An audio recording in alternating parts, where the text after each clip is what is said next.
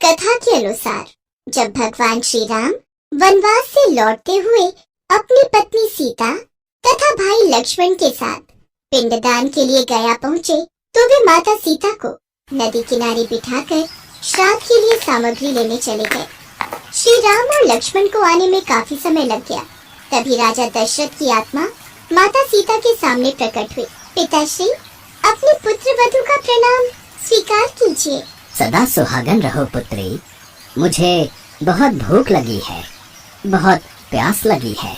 मुझे ये सहन नहीं हो रहा। मैं चाहता हूँ तुम मेरा पिंड दान करो ताकि मेरी आत्मा को शांति प्राप्त हो सके। मैं चाहता हूँ कि तुम्हारे द्वारा मेरा पिंड दान हो। अब क्या करूँ? मैं पिताश्री की आज्ञा की अवहेलना भी नहीं कर सकती। पिताश्री मुझसे पिंडदान मांग रहे हैं, मुझे वह देना ही होगा। पर मैंने यह पिंडदान किया है, इसके साक्षी कौन बनेंगे? और मेरे पास तो कुछ भी नहीं है। मैं क्या दूं पिंडदान में? मेरे पास तो कोई सामग्री भी नहीं है। मुझे पिंडदान दो बहू। मुझे भूख लगी है, मुझे प्यास लगी है। मेरा पिंडदान करो, मेरी आत्मा को शांति दो। राजा दशरथ माता सीता से पिंडदान मांग रहे थे। माता सीता उस समय कुछ भी नहीं समझ पा रही थी।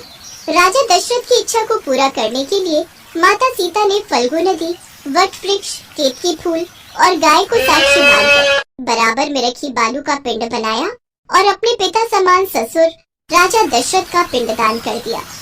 इससे राजा दशरथ अत्यंत प्रसन्न हुए और उन्हें आशीष देकर मोक्ष को प्राप्त हो गए।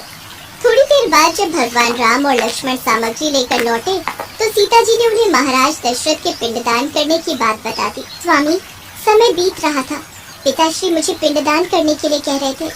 उन्हें भूख लगी थी, प्यास लगी थी। वो बार बार मुझे पिंडदान के लिए कह रहे थे, इसलिए मैंने उनकी आज्ञा का पालन किया और फल्गु नदी की बालू से उन्हें पिंडदान दिया। बिना सामग्री के पिताश्री का पिंडदान तुम कैसे कर सकती हो?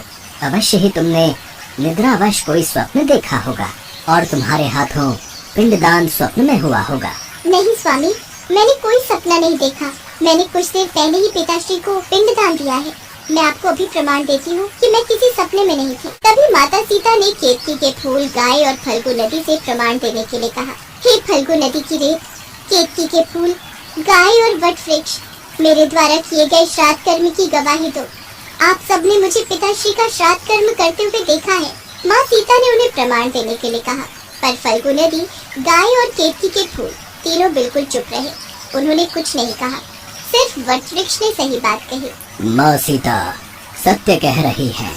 मैंने देखा है, इन्होंने राजा दशरथ का पिंडदान किया है। हे पिताश्री, केवल वट वृक्ष ने यह सत्य कहा है।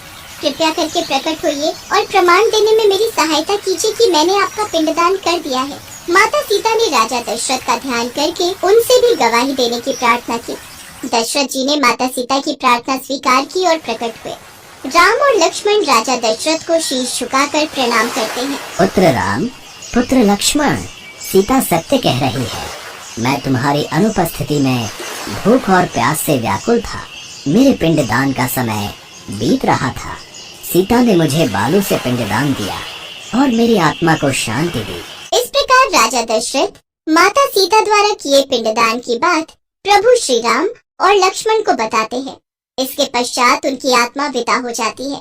इस पर राम आश्वस्त तो हो जाते हैं, लेकिन माता सीता क्रोध में आ जाती है। हे फल्गु नदी, आज तूने मेरा साथ नहीं दिया। जा, मैं तुझे श्राप देती हूँ।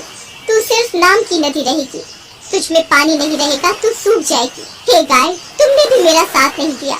जाओ, मैं तुम्हें श्राप देती हूँ, तुम पूज्य होकर भी लोगों का जूठा खाओगे। हे केतकी के फूल, मैं तुम्हें भी श्राप देती हूँ। किसी भी पूजा में तुम्हें कभी भी नहीं चढ़ाया जाएगा। किसी भी पूजा में तुम्हारा उपयोग नहीं होगा। हे वट वृक्ष, मैं आपकी बहुत आभारी, आपको धन्यवाद कहती हूँ कि आपने मेरी सहायता की और मेरे पक्ष में अपनी बात कही, सत्य का साथ दिया। मैं आपको आशीर्वाद देती हूँ कि आपको लंबी आयु प्राप्त होगी और आप दूसरों को छाया प्रदान करोगे। पतिव्रता स्त्रियाँ आपके व्रत और पूजन करेंगी, आपको स्मरण करके अपने पति की दीर्घायु की कामना करेंगी। आपकी पूजा बहुत बड़ी पूजा मानी जाएगी। यही कारण है कि गाय को आज भी जूठा खाना खाना पड़ता है। केतकी के फूल को पूजा पाठ में वर्जित रखा गया है और फल्गु नदी आज भी गया में सूखी रहती है। इसके तट पर सीता कुंड में पानी के अभाव में सिर्फ बालू या रेत से पिंडदान दिया जाता है।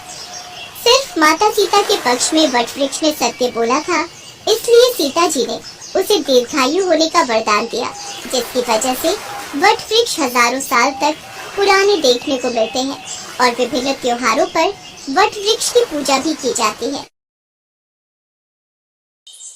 रामायण की कहानी में सिर्फ श्री राम के सीता से विवाह, वनवास और रावण से युद्ध की कहानी ही नहीं है।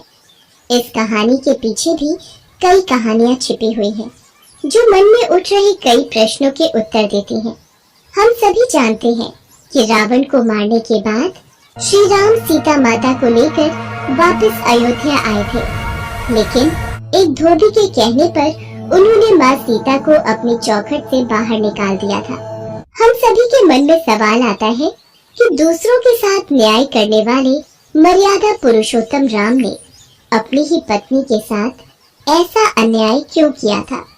सीता माता को वन में अपनी गर्भावस्था का समय व्यतीत करना पड़ा था और फिर उनके 2 पुत्र लव कुश हुए थे।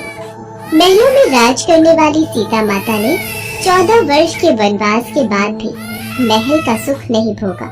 इसके पीछे की कहानी है उन्हें मिले एक श्राप की। ये बात तब की है जब सीता माता अपनी बाल्यावस्था में थी। एक दिन वो अपनी सहेलियों के साथ बगीचे में खेल रही थी। सीता, कहाँ छुपी हो? सीता। सखियों, सीता तो कहीं भी नजर नहीं आ रही है। लगता है सीता किसी वृक्ष के पीछे छिप गई है। सखियों से छुपते छुपाते खेल खेलते सीता माता की नजर एक तोते के जोड़े पर पड़ी, जो उसी वृक्ष पर बैठा था जिस वृक्ष के पीछे सीता छिपी थी। दोनों तोते आपस में कुछ बातें कर रहे थे, जिन्हें सीता माँ बड़े ही ध्यान से सुनने लगी।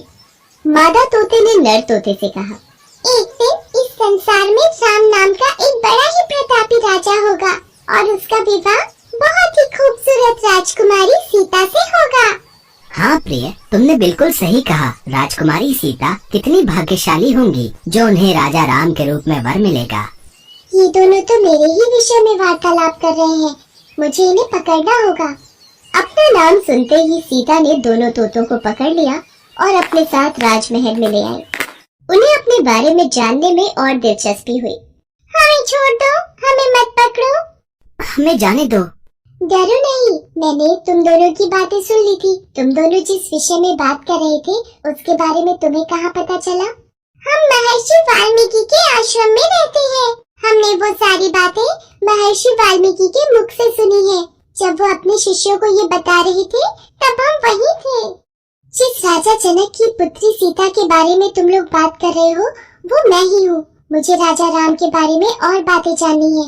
तुम दोनों मेरे साथ राजमहल में रहो, मुझे इस बारे में और बातें बताना और तुम्हें यहाँ सारी सुख सुविधा मिल जाएगी।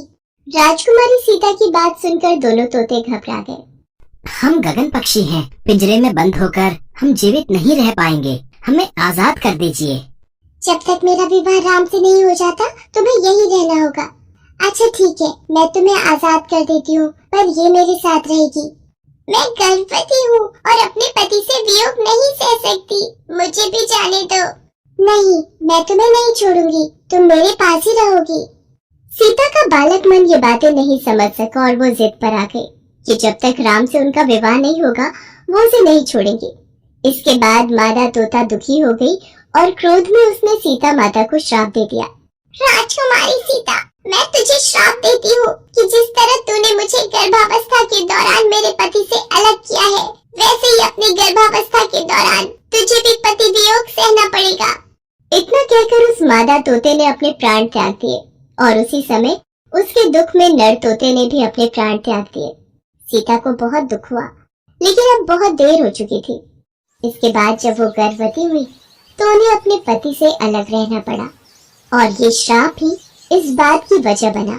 कहते हैं कि जिस धोबी के कहने पर श्री राम को अपनी पत्नी को छोड़ना पड़ा, वो पिछले जन्म में वही तोता था जिसने सीता माता को श्राप दिया था।